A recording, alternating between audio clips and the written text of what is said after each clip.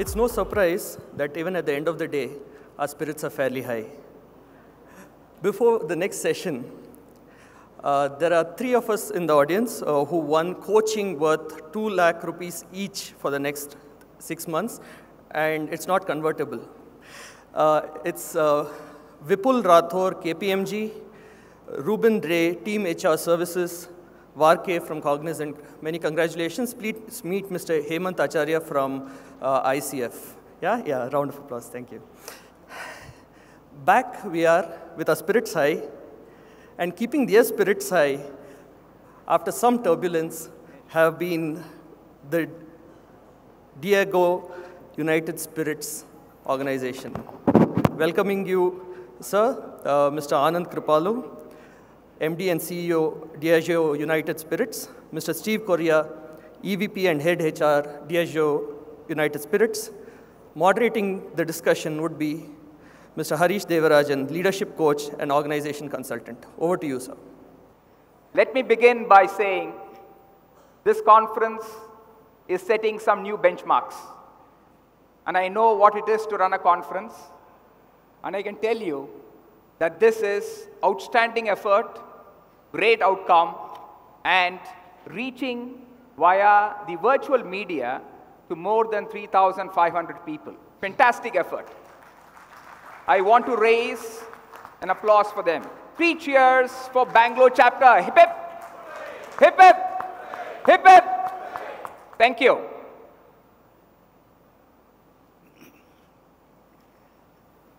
And what better way to spend a Friday evening than having a conversation with old friends. And I have with me here Anand, who I've known for the last 25 years. Steve Correa, whom I've known for the last 35 years. And they are in the thick of things. United Spirits, which is now called USL, all of you know, is known for many, many things. And I did my little Wikipedia search. 190 plus years history. 190 years of history. 140 brands. World's second biggest liquor company. And which is the #1? Their own parent company, Diageo. This is inebriating. Just reading them. And Anand, you had a career in ponds, then into levers on acquisition, Cadbury's. What made you choose this job with the context in which you were offered it? What really made you choose this? Well, so first and foremost, in my previous company, which was Cadbury, I used to make sure that if I ever went to do a talk, I distributed chocolates to everybody, and that kept them busy. Unfortunately, I think the licensing issues prevailed today. Otherwise, I would have been really happy to get some of our products sampled to set you in the right mood for this conversation. And I'm sure it would have been an even nicer Friday evening. Harish. Absolutely. So, you know, having spent 30-odd years in consumer goods between Lever and Cadbury largely, when I was approached about this role for United Spirits at a time when Diageo had decided to take a controlling stake, I must say it wasn't an easy call. Huh? It just wasn't an easy call. Everybody has a view of the reputation of the liquor industry in India. Everybody has a view of how business is done. And while many people, and I hope many of you do, only if you choose to, of course, enjoy our brands and enjoy our drinks, you still love to hate the industry. So you love to love the brands, and you want to enjoy them, but you love to hate the industry. And it was a dilemma, and I've, jokingly told people in my town hall after joining USL that, if my mother had been alive, and I told her I'm going to join a liquor company, I said, "No, beta, huh?" But what made me finally take the plunge? I understood these challenges, and I was not sure if I was going to go and get tainted after having spent 30 years doing things the way I've taken pride in doing it. There are a couple of things that finally motivated me to do it. One is, if you look at our industry, and Bidappa spoke just before this about penetration. Again, in India, people have had attitudinal barriers to consumption of alcohol. When we grew up in the young India, and you went for a wedding was an auspicious event. There was a vadyar and a priest sitting over there. You couldn't think of a bar at the back where people would go and have a drink after the ceremony is done. Today, even in the most auspicious communities in India, you cannot think of a wedding without a bar in the end. And very often, I must say that when you come back from the wedding, people don't ask you, what does the boy do and how does the girl look? They ask you, kya pilaya? And the brand of the wedding gets associated. So I saw that the cultural and attitudinal barriers toward the category had started breaking down in these 30 years. And I said, maybe we are at that tipping point of making this category a far more ubiquitous category. And I saw that the growth opportunity here was second to none. Second to none of the categories that the previous speakers have spoken about. But then I also said, am I going to talk of this as a problem, or am I going to become part of the solution? And the reason I took this plunge, finally, I said, is that if I'm joining the company at this level, with a leadership position in the industry, then really I can help to change all the concerns that I had before taking this plunge. I can change the way this industry is seen. I can change the way business is done. I can change the reputation of USL, and I can change the landscape forever. And it was with that lofty kind of, and some might say stupid even, but that lofty vision and ambition that I took this plunge, Harish, right? And it's been a tough ride so far, but I'll tell you, if you look at the glass as half full, I feel very proud of the journey that we have traversed. Wonderful. In these few years. Wonderful, wonderful. And tell me, the early years, early months was very difficult. We all saw it from the outside. Yeah. How were you feeling after having joined and the kind of shakes that you were experiencing? Well, I always knew when I was walking into this role that it would be a challenging role. I probably didn't know that it would be this challenging. Yeah. It certainly turned out to be probably more challenging than what I expected in my wildest dreams. And there was a lot to be done. Now, in most businesses, you walk in and you say, all right, let's do the normal stuff, right? Put a vision in place, put a strategy in place, and let's build this organization for the future. And that's what I did pretty much in most of the roles that I've done in the past. But in USL, I think I have learned to juggle yesterday, today, and tomorrow at the same time. So I think my juggling skills have improved during this period. I don't know about my management skills and other skills, but certainly my juggling skills. You know, in one of the earlier sessions, Praveen of Infosys was mentioning about this McKinsey model of doing more of the same, transformation, and disruptive leadership. Yeah. What is it that you're experiencing out there in USL? Well, people have spoken about the VUCA world. And I can tell you that in our industry, it is VUCA to the power of N. For us, our business is not about marketing and selling to India. It's about marketing and selling to 30 countries. Each state has different regulations, different policies, and you run 30 businesses literally across 30 states. Okay? So it is a completely different kind of an industry. And within that, you have unexpected events happening, and not even talking about things that everyone experiences like demonetization and stuff like that, right? Because that impacts everybody. But we have unexpected events happening almost every day. And there is a certain amount of time where you pull yourself out of whatever you're doing to manage a short-term crisis and a short-term fix.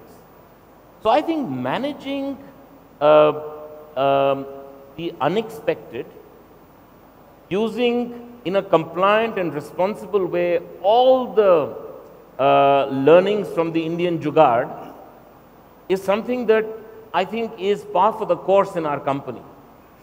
But I think at the same time, we have to walk and chew gum. And while we are managing these, I think we are really aiming to transform this company in every sense of the word. I mean, the theme of this conference and this meet is spirit of entrepreneurship. And I'll tell you, from the day Diageo took control of this business 3 years ago,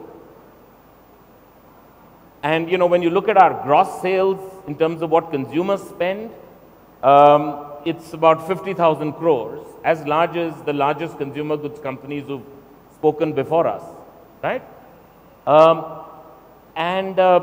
If I like to think of our company today, I like to think of it as a 50,000 crore startup. That is the nature of the company, because we have the power of scale and the benefit of scale, but we're trying to change and transform. I think there is no part of this organization that we have left untouched. I just hope that all of it will be positive at the end of the story, Harish, and we'll discuss this later as well, that it's been positive. But there is no part of this organization that is not going through radical change and transformation. Talking about change, Anand, you inherited a company that was growing, a company that had done very well for itself, even though your parent company might have had thoughts and views about how they got it. Yeah. What is it that you have decided to hold on to, and what is it that you are keen to change? I think that's a great question, because when you're inheriting a company, as you said, with nearly a 200-year legacy, it is very easy for a new management team and a new owner to come in and just talk ill of the past, but also embrace all the good things that have been done in the past, right? And that's kind of cherry picking. And I think what we have tried to do is really to create a whole that is more than the sum of the parts. The part that was United Spirits and the part that was Diageo, both in India and globally. Right? And that's what we've tried to do. When I look at the history of this company, the entrepreneurial spirit, the can-do attitude, the ability to face new uncertainties every day and find solutions and get it done, I can tell you is just far more exemplary than I've seen in my 30 years with multinational companies. Because in that company, a few people decided and everyone did. There was no matrix. You didn't have to align region, global. You didn't have to, do all those kinds of complex things. Simple life, right? There was an issue, you just did it. Made a mistake, got wrapped in the knuckles, and you got applauded if you did it well. So I think that pioneering spirit, that can-do attitude, that intent to break boundaries in this category. And I don't know how many of you know, but in this very state of Karnataka, more than half our sales is in Tetra Pak. The same pack that you use for milk and juice. So all the small packs of alcohol in Karnataka and in other states as well, but Karnataka is the one where it's most present, is in Tetra Pak. And today Diageo thinks, wow, what an idea this is to go into Africa or Latin America and other emerging markets. That was conceived of, developed and driven by the legacy team of USL. And I think that's what we want to do, but we want to embrace that with, I think, the absolute brilliance with which Diageo builds its brand, the absolute brilliance with which Diageo drives how to do business, and the absolute brilliance with which Diageo drives systems, processes, and capability and talent.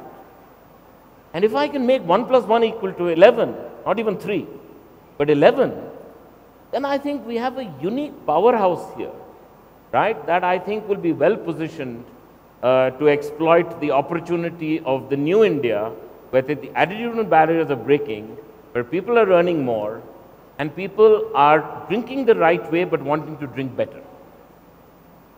Yeah. It looks like a fantastic vision and a mandate that you created for yourself, yeah, on coming in.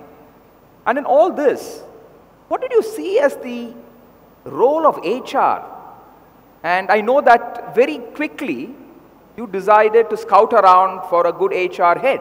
Yes. So tell me a little bit of your thinking at that point of time. I wanted to say HR is not really important, but it's the wrong place to say that, right? And this goes back to my early conversations with Steve, and I spoke to you as well, Harish, if you remember. The only change I made immediately in my leadership team was HR.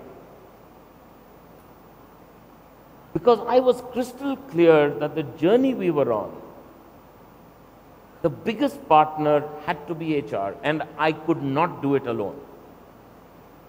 Because this journey of transformation, it's about changing the face of the company. It is changing the feel of the company. It's about creating a future which is not just about strategy, but which is about culture that you cannot do without the HR partner. So when I set out my strategic priorities in the business to achieve our vision and ambition, and we still have this performance ambition front and center, by the way, which is to be the best performing, most trusted and respected consumer goods company in India. That's the performance ambition we set. And a lot of people may laugh and say, Hare, look at where you are and what is this lofty goal you're setting. But you know, big goals, even if they seem a bit unachievable, inspires people. And I'll tell you, a lot of our people are inspired to go for that goal. And there were 5 strategic priorities that we set beneath that. And one of those 5 was about building a future-ready organization. And we chose those words carefully. Future-ready organization. To build a future-ready organization. Because I want to future-proof this company. I don't want to cry about yesterday. I don't want to be good for today. I want to be ready for tomorrow. And at the speed at which the environment is changing and at the speed at which we're trying to change this company as well, right? I think if we don't think of what our needs are for tomorrow and plan for those today, tomorrow will never come. So it was absolutely integral to my entire thinking of how to build this organization and make this happen. Wonderful. I can see this is centerpiece for you. Yeah. And Steve, when you came on board, yeah, and I'm sure like a professional HR guy you are, how did you find the state of the company and state of HR in the company? What was your initial diagnosis? So Harish, as Anand clarified, you have this phenomenal purpose that Diageo represents, which is to celebrate life every day, everywhere. And a very ambitious goal of being the most trusted, given the context in which we are. That's really ambitious at the time I came in. Respected and the best performing. And a clear 5-pillar strategy of how we're going to do that. We all know as HR practitioners that culture will finally eat the strategy for breakfast, right? Having said that, if you look at organizationally, you had a regional model and you had a bit of a dodgy head office which wasn't fully formed, lack of capabilities across, and almost like an organization stuck in the middle. The two-way communication that you require, missing. A lot of assets that were not optimized. But if you look at the softer sides, then you look at the processes that have become over a period of time anachronistic, absolutely not fit for purpose. Accountability as to who is responsible, the racy, the rapid, the escalation, the governance, loose. And as Anand said, execution at a pace which is about everyone chasing the ball but no one knowing how to create the game. And as a result, you've got direction, you've got a clear ambition, and then what you've got to make happen is to get that soft underbelly of connecting the heart, the mind, and the soul to start to make that happen. Yeah? So in all the skip level meetings, in all the diagnostic work, there was this huge commitment from people to be part of the action. How to make that happen? What's the infrastructure? That to me was the challenge. So when I took the translation of what the mandate was, simplistically, right organization, right leaders with people committed to deliver the plan, and the right glue, the magic that would create the culture to attract and to deliver the business objective. So what I'm hearing you say, Steve, is the organization piece was really the priority, as it were. Absolutely. And in any organization, leadership is a key, element of that organization. And Anand, how did you define your leadership, and what were you looking for in this leadership? In terms of leadership team? Yeah. So like I said, the first intervention I made was in HR. But if you look at the leadership team today, so first of all, I created, there was a senior body called the Management Committee of the company, which was 20 plus people. I said, I cannot run an organization through 20 people, right? People won't even get an opportunity to state their point of view in a meeting. So I said, I've got to create a really tight team. So I created an executive committee, which has only 8 people. And today, only 2 of the 8 actually are from the legacy USL. There are some from the legacy Diageo, and the rest are from outside. And I handpicked this team of people, and I drive the company through this team. And we still have the management committee to drive and execute larger decisions and cascade larger decisions across the whole organization. How will you describe this leadership team that you handpicked in generic terms? What were you looking for in this executive team? So I think a couple of things really. I absolutely wanted people who could take their functions to the future, transform the functions to the future in line with what my intent was. Okay? I wanted a team that was as diverse as I could, even though it was only 8 people.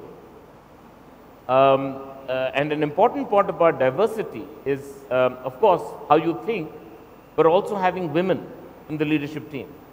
Now, in this management committee of 20, 25 odd people, when I joined, there wasn't a single woman in the company. I can believe that, yeah.